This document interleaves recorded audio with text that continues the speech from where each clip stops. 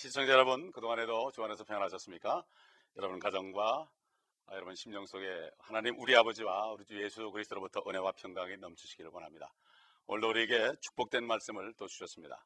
우리 계속해서 지난번부터 우리가 요한계시록 12장을 공부하면서 7인물을 중심으로 해서 우리가 공부하고 있죠. 지난번에 첫 번째 인물로서 여인에 대해서 공부했습니다. 그 여인은 마리아도 아니고 그 여인은 교회도 아니고 그 여인은 바로 예수 그리스도가 태어나신 바로 이스라엘이다 하는 것을 우리가 분명히 성경을 통해서 배웠습니다. 오늘은 두 번째로 붉은 용에 대해서입니다. 세 번째는 산의 아이, 네 번째는 천사장, 다섯 번째는 유대인의 남은 자, 그리고 여섯 번째는 바다에서 올라온 짐승, 그리고 또 땅에서 나온 짐승, 땅속 무저갱에서 올라온 짐승이 있습니다. 7가지 인물이 있는데 지난주 첫 번째 여인이고 오늘 두 번째는 붉은 용에 관해서 우리가 공부하도록 하겠습니다.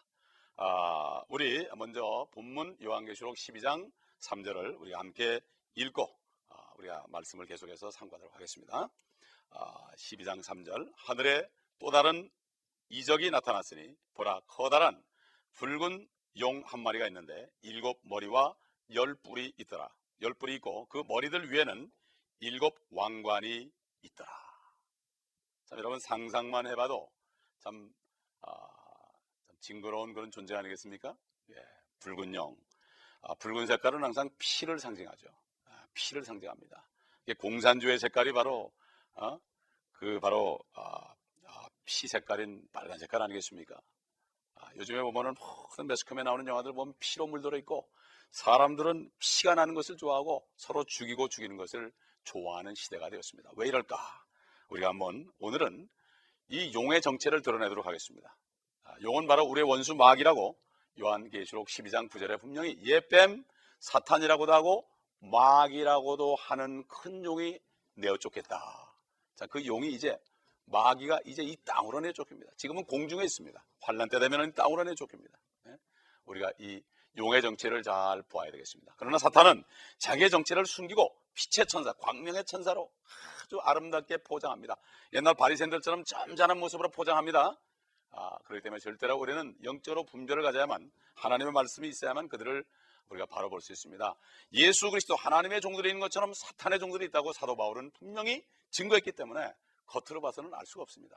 그 사람의 참 부드러운 음성 가지고 분별할 수 없습니다. 그 사람 입에서 나오는 하나님의 말씀이 성령 안에서 이루어지는가, 이것을 볼 때 알 수가 있는 것입니다. 그러므로 세상 말에도 그런 말 있죠. 지피지기이면 백전백승이다. 먼저 상대방을 알고 나를 알아야 전쟁에서 이긴다, 이런 얘기예요. 우리의 상대방 원수 누굽니까? 우리의 싸움은 뭐죠? 혈과육이 아니죠. 정사와 권세와 어둠의 주관자들과 공중에 있는 악한 영들이라고 그랬죠. 그게 바로 마귀의 군대들입니다. 그렇기 때문에 공중에 있죠. 영의 존재이기 때문에 보이지 않습니다. 보이지 않는다고 해서 존재하지 않는 것이 아닙니다. 그러면 우리는 보이지 않는 하나님을 믿듯이 보이지 않는 마귀가 있다는 것을 알고, 그가 어떤 자라는 것을 알고, 그의 모든 괴로를 알고 그의 생김새를 알 때 우리는 절대로 속지 않는 것입니다. 이 성경에 나오는 이 용은 그냥 말씀 그대로 용입니다. 그런데 히랍이나 중국의 신화 기록자들이 용을 하나의 짐승처럼 생각해가지고 신화에 나오는 괴물로 생각해가지고 중국 사람들은 용을 그려가지고 복을 받겠다고 그러지 않습니까? 그 용이 뭔지도 모르고 마귀인지도 모르고 마귀로부터 복을 받겠다고 그렇게 하는 것을 볼 때 빨간 색깔로 칠해놓고 복을 써놓고 있는 것을 볼 수 있죠. 근데 루시퍼, 바로 용은 루시퍼다. 마귀라고 성경은 증거하고 있고, 그 마귀는 기름 부음 받은 그룹이었다. 하늘에 있던 덮는 그룹이었다. 그 덮는 그룹이 타락해가지고 사탄이 됐기 때문에 덮는 그룹은 없어지고 이제는 보좌 주위에 네 그룹밖에 없다. 네 생물밖에 없다. 이렇게 사도 요한이 증거하고 있는 것을 우리가 볼 수가 있습니다. 사탄이 보통 타락한 천사다, 이렇게 이해들을 많이 하는데 사탄은 천사가 아니라 그룹입니다. 그러므로 천사는 날개가 없고 천사가 나타날 때는 사람으로 나타났습니다. 남자로 나타났죠. 창세기 19장에 봐도 예수님과 하나님과 그 두 천사가 나타날 때 세 사람이 아브라함에게 나타나서 한 사람은 하나님이었고 여호와였고 두 사람은 소돔을 멸망시킬 천사라고 성경은 분명히 증거하고 있습니다. 두 천사는 소돔으로 향하고 아브라함은 여호와 하나님 앞에 서 있었더라. 이렇게 하나님도 사람의 모습으로 나타나는 것을 그 당시에도 있었던 것을 우리가 분명히 알 수가 있습니다. 천사는 날개가 없습니다. 날개가 있는 존재들은 하늘에 있는 구름이나 스랍입니다. 스랍은 양쪽에 6개 날개가 있고 3개씩 6개가 있고 구름은 날개가 양쪽에 2개씩 있다고 성경은 증거하고 있는 것입니다. 그런데 이 성경 중에서 욥기에 보게 되면, 특별히 욥기 41장에 보게 되면 사탄의 정체가 분명하게 드러나 있습니다. 여러 번 말씀드리지만은 요한계시록을 이해하기 위해서는 구약을 알아야 됩니다. 구약 중에서 시편이나 시편이나 욥기에 보게 되면은 이 사탄의 존재, 용의 존재가 어떤 존재라는 것을 분명히 밝혀주고 있습니다. 여러분, 시편과 욥기에 그런 말씀이 있다는 거 여러분 들어보셨나요? 그저 욥기는 욥이 고생한 내용이고 시편은 하나의 시이고 기도로 생각했지만 때로는 우리에게 위로도 줍니다. 영적인 교훈이 들었습니다. 그러나 그보다 먼저 중요한 것은 그 안에 엄청난 사탄의 존재도 들어있다는 것을 알아야 되고, 옛날에 다윗이 고통받던 그 모든 것들이 사탄의 권세를 받은 사람들로부터 핍박받은 것을 우리가 알아야 됩니다. 유대인들이 계속해서 세계대전 때도 히틀러의 무리를 통해서, 나치의 무리를 통해서 핍박받은 것도 결국은 그 정사와 권세, 그 나치의 정사와 권세를 통해서 그들이 계속해서 핍박을 받은 거고, 요즘에 그리스도인들도 마찬가지고 중세 암흑시대 그리스도인들도 그 정사와 권세와 결탁한 그러한 중세 암흑시대 캐톨릭의 무리들로부터 엄청난 죽임을 당했고, 500년부터 1500년까지 1000년 동안 무려 6천만이라는 기독교인들과 유대인들이 죽임을 당한 사실을 절대로 잊어버려서는 안 됩니다. 신학교에서도 잘 가르쳐주지 않습니다. 이것이 현실입니다. 우리가 욥기 41장을 통해서 이 사탄의 정체를 한번 보도록 하겠습니다. 성경이 아니고서는 깨달을 수 없습니다. 우리 욥기 41장 1절을 한번 보겠습니다. 네가 갈고리로 리비아단을 끌어낼 수 있겠느냐? 리비아단이라는 존재가 나옵니다. 리비아단. 과연 리비아단이 뭘까? 그런데 보통 백과사전에 보게 되면, 성경 백과사전에 보게 되면은 리비아단을 하마나 악어로 규정했어요. 리비아단을 하마나 악어 같은 그런 조금 무서운 동물로 비유했어요. 이게 얼마나 잘못된 것인가 성경을 통해서 보겠습니다. 리비아단이 어떤 존재인가? 우리가 보겠습니다. 시편 74편 14절에 보면은 또 리비아단에 관한 말씀이 나옵니다. 주께서는 리비아단의 머리가 아닙니다. 머리들을 산상조각 내셨다. 여기 지금 본문 계시록 12장 3절에 보면은 용 한 마리가 있는데 머리가 7개라고 그러십니다. 머리들이죠. 헤드가 아니라 헤즈입니다. 산산조각 내셨다. 여기 보면 리비아단도 머리가 여러 개 있음을 우리가 알 수 있습니다. 용도 7머리라는 것을 우리가 보았습니다. 그러면 시편 74편 13절, 바로 전 구절에 가보겠습니다. 주께서 물 가운데 있는 용들의 머리들을 부수셨나이다. 물 가운데 있는 용들의 머리들을 부수셨나이다. 이 물이 꼭 지중해, 태평양, 대서양이 아닙니다. 진짜 물은 저기 하늘에 있다고 그랬죠. 기품이 흑암 중에 있고, 기품 속에 물이 얼어있다고 그랬습니다. 엄청난 물, 5대양을 합해도 당할 수 없는 그런 물들이 하늘에 있습니다. 하늘에 창이 열리면 그런 물이 내려옵니다. 여기도 마찬가지로 용들의 머리를 부수셨나이다. 용도 머리들이 많다고 그랬죠. 리비아단도 머리가 많고 용도 머리가 많다. 분명히 관계가 있습니다. 성경을 자세하게 봐야 됩니다. 그 다음에 리비아단에 관해서 또 구약성경 이사야서 27장 1절에 보면 또 나옵니다. 성경이 다 설명합니다. 한번 볼까요, 같이? 그날에 주께서 그의 격심하고 크고 강한 칼로 날쌘 뱀 리비아단을 벌하시리니, 리비아단 나오죠? 크고 강한 칼로, 즉 꼬부라진 뱀 리비아단이라 뱀이 나옵니다. 그렇죠? 옛뱀, 사탄이라고 하고 마귀라고 하는 옛뱀이다. 결국 리비아단과 용과 뱀이 관련되어 있죠. 또 주께서는 바다에 있는 그 용을 살해하시리라, 죽이시리라. 하나님이 용을 죽입니다. 하나님의 용과 전쟁한다는 얘기입니다. 요한계시록 12장에 나오는 말씀, 용과 미카엘과 전쟁하는 장면이 나오죠. 그래서 용이 쫓겨나는 장면이 이제 12장 9절 이하에 보면은 우리가 계속 나옵니다. 그러면 거기 가기 전에 계속해서 우리가 성경 구절을 비교할 때 진리를 깨닫게 합니다. 왜냐하면 성령께서 성경 말씀을 통해서 우리를 진리로 인도하시고, 이런 것이구나 알게 되지, 어떤 사람도 진리를 가르칠 수 없습니다. 성경이 성경을 해석합니다. 어떻게 우리가 유추합니까? 절대로 그러면 안 돼요. 억지로 성경 풀면 멸망합니다. 분명히 사도 베드로가 베드로후서 3장에 분명히 경고했습니다. 억지로 풀다가 멸망한 자들이 있다. 자기 생각이 들어가면 안 됩니다. 인간의 생각은 다 썩은 생각이기 때문입니다. 학교에서 배우는 그 과학과 철학은 성경을 풀 수가 없습니다. 하나님의 지혜로, 성령 안에 있는 지혜로만 풀 수 있다 이거예요. 그럼 욥기 41장 다시 돌아가서 34절, 여러분이 욥기를 한번 다 읽어보세요. 시간이 없으니까 다음 말씀 못 드리겠는데 욥기를 쭉 읽어보시면 여러분 성령께서 마귀가 이런 존재구나 하는 것을 알게 될 것입니다. 그는 모든 것들을 바라보니 그는 모든 교만의 자식들을 다스리는 왕이라. 그가 누굽니까? 바로 마귀죠. 마귀란 존재는 교만한 자식들을 다스리는 왕이다. 사람을 교만하게 하는 게 바로 사탄이 하는 것이다. 갑자기 교만하는 사람은 그건 사탄에 쓰임받아가지고 사탄에게 쓰임받는 거예요. 교만이 멸망의 피해망의 선봉이라고 분명히 자문해 보면 성경이 말씀하고 있습니다. 네? 그러니까 이 성경 말씀은 과학으로서 깨달을 수 없습니다. 요즘에 뭐 과학을 창조과학기를 통해서 증명하려고 그러지만 인간이 증명한다고 깨닫는 게 아니에요. 성경 말씀은 성령께서 깨닫게 해주시고 겸손한 자에게 말씀을 깨닫게 해줍니다. 나는 아무것도 모릅니다. 말씀을 깨닫게 앞서서 내 지식을 다 버려야 됩니다. 저는 거듭난 다음에 내 모든 학식을 다 버렸습니다. 아무것도 없습니다. 지금 하나님의 말씀밖에는 없습니다. 세상 것들은 다 배설물입니다. 근데 배설물이 보면 그게 똥으로 되어 있습니다. 똥입니다. 여러분 좀 죄송하지만 그걸 왜 배설물로 다 이게 번역하는지 모르겠어요. 분명히 영어는 똥으로 되어 있습니다. 사도 바울은 옛날에 배웠던 모든 철학과 모든 학문들을 다 배설물 똥으로 버렸다. 그 냄새 나는 거 누가 가지고 있습니까?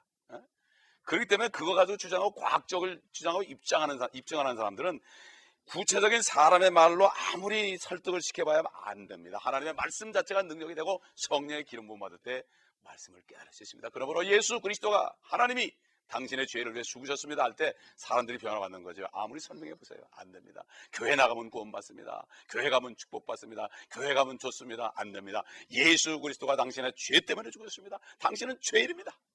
이렇게 할 때 성령이 바로 말씀이 죄를 찔러가지고 그래가지고 그가 죄인임을 깨닫고 죽게 들어올 때 구원을 받게 되는 것입니다. 과학이란 것은 저 무덤 너머에 육신이 죽은 다음에 무덤 너머에 있는 생명에 관해서는 전혀 알 수도 없고 상상할 수도 없기 때문에 아인슈타인 할아버지라도 성경 말씀을 깨달을 수가 없습니다. 겸손하게 주님을 영접할 때 그 성령이 들어오실 때 성령을 통하여 성령이 말씀을 기록했기 때문에 말씀을 기록한 분만이 말씀을 깨닫게 해줄 수 있습니다. 성령의 기름 부음이 너희를 가르친다고 그랬습니다. 아무도 너희를 가르칠 수 없다고 사도 바울은 분명히 증거했습니다. 그러므로 우리가 지금 잠깐만 욥기 41장이나 계시록 12장이나 이사야서 27장이나 시편 73편 다시 말씀드리죠. 욥기 41장, 요한계시록 12장, 이사야서 27장, 시편 74편은 모두 강력한 영적인 마귀의 존재를 다루고 있습니다. 그러므로 이 리비아단 마귀의 존재는 사람들의 영혼을 지옥으로 떨어뜨리는 그 일을 하는 존재입니다. 주님께서 그랬죠. 도덕이 오면은 도덕질하고 죽이고 멸망시킨다. 그러나 인자가 이 세상에 온 것은 양으로 생명을 얻게 하고, 양은 아주 겸손한 존재죠. 목자를 따라하는 거죠. 양으로 하여금 생명을 얻고 더 풍성하게 얻게 하려고 주님은 말씀했습니다. 사탄이는 말씀을 뺏어갔습니다. 에덴 동산에서 말씀을 뺏어가서 생명을 뺏어갔습니다. 죄를 짓게 했습니다. 다윗은 내가 범죄하지 아니하고 해야 하나님의 말씀을 내 마음에 두었다고 그랬습니다. 하나님의 말씀이 없으면 죄를 짓게 되어 있습니다. 그러므로 디모데전서 6장 20절에 보게 되면은 이런 경고를 했습니다. 사도 바울이 비속하고 허황된 말장난과 거짓되이 일컬어지는 과학의 반론을 피하라. 얼마나 멋진 오늘날 21세기에 사는 우리들에게 주시는 경고의 말씀입니까? 과학을 믿지 말아라. 철학을 믿지 말아라. PhD가 돼도 성경을 못 깨닫습니다. 그러므로 우리는 다 버려야 됩니다. 우리 계속해서 욥기 41장의 중요한 부분들을 또 상고해 보겠습니다.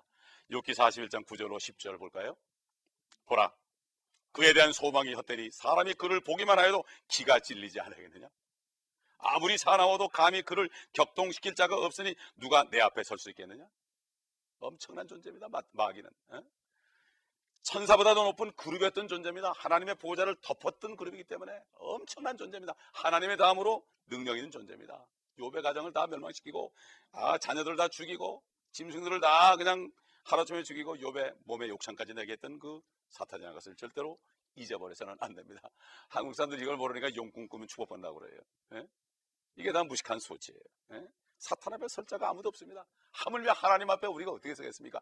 하나님이 어디 계십니까? 말씀 앞에 있습니다. 말씀 안에 하나님이 있습니다. 말씀이 대처해 계셨는데 말씀이 하나님과 함께 계셨으니 그 말씀은 하나님이셨느니라.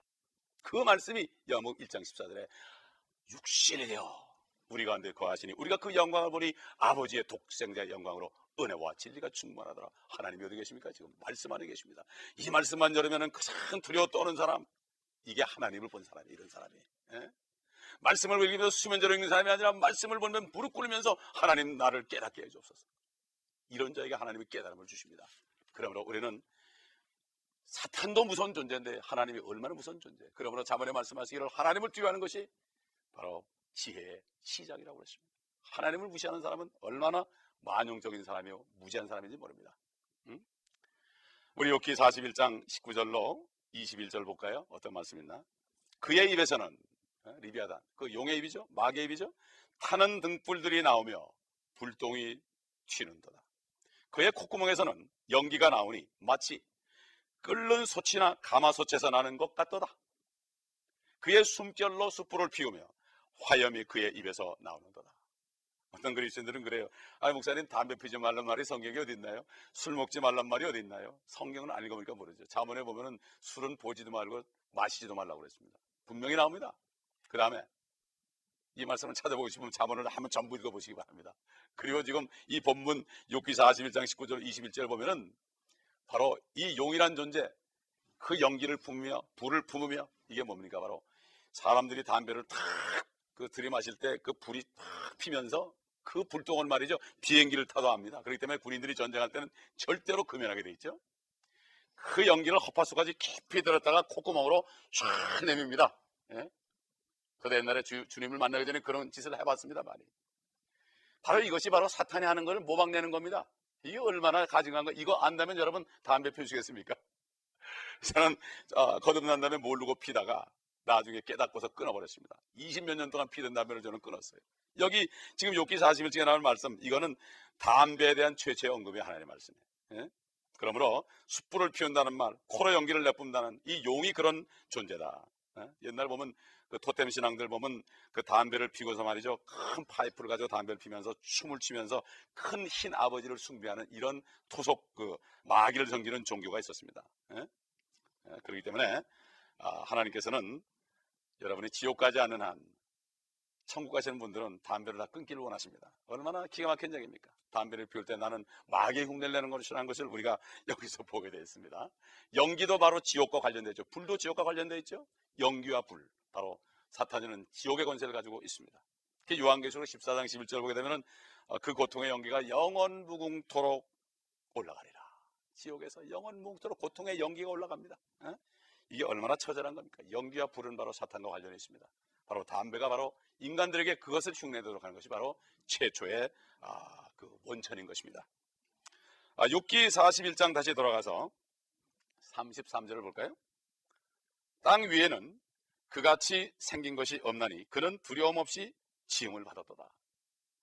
땅 위에는 그같이 생긴 것이 없다고 그러는데 어떻게 해서 성경 표준 백과사전에는 이 리비아단, 이 용을 악어나 하마로 얘기하냐 이거예요.